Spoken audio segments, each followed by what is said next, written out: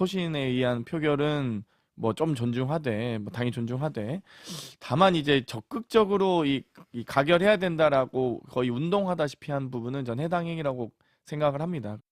예. 매당노들하고 어떻게 저 같이 있을 수 있냐. 아. 계속 얘기를 할 겁니다.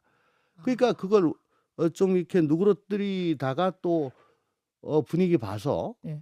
또 거기에 좀 부응하다가 네. 자, 먼저 이제 김유정 전 의원님께 여쭤보고 이제 이렇게 예. 하겠습니다.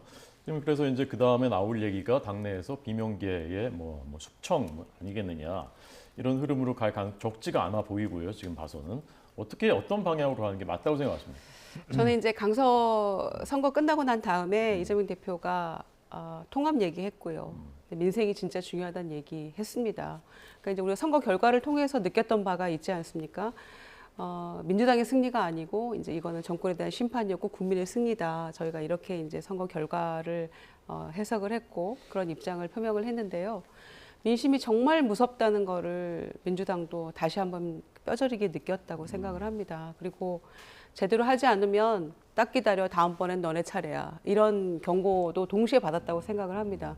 왜냐면은 이렇게 이제 판이 커진 선거였음에도 불구하고 여전히 싸늘한 민심도 느낀 바가 있고요. 또 51%가 넘는 투표하지 않은 민심도 있거든요. 그래서 과연 우리가 그러면 중도층을 끌어오는 싸움이 늘 총선에서는 이루어지는데 그렇게 하기 위해서는 어떻게 가는 게 맞는 것인가.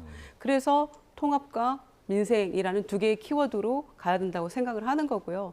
당내에서 뭐 이런저런 얘기 나옵니다만은 그렇게 가서는 안 된다고 생각합니다. 특히 무슨 뭐 징계니 숙청이니 막 이런 얘기들 나오고 있는데요.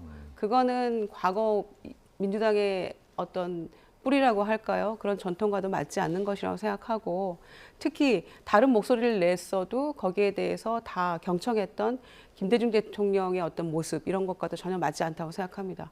91년 지방선거 때 단식을 통해서 지방자치제 부활을 이루어냈잖아요. DJ께서. 그리고 나서 그 선거가 한참 진행 중인데 소위 당내에서 이제 여러 가지 뭐 정발련 이렇게 해가지고 많은 분들이 또 이 체제에 반기 들고 해서 사실 선거를 실패를 했어요. 그랬어도 다 포용했거든요.